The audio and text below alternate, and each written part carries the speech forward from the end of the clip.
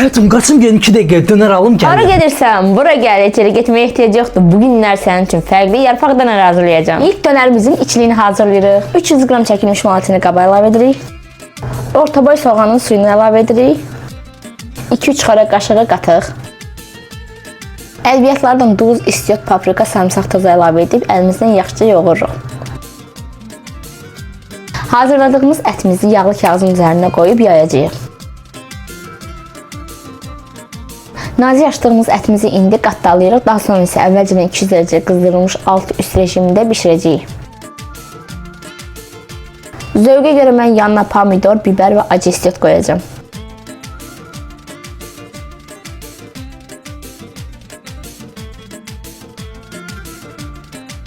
Yarpaq dönərimiz hazırdır. Bismillah eləyək, dadına baxaq.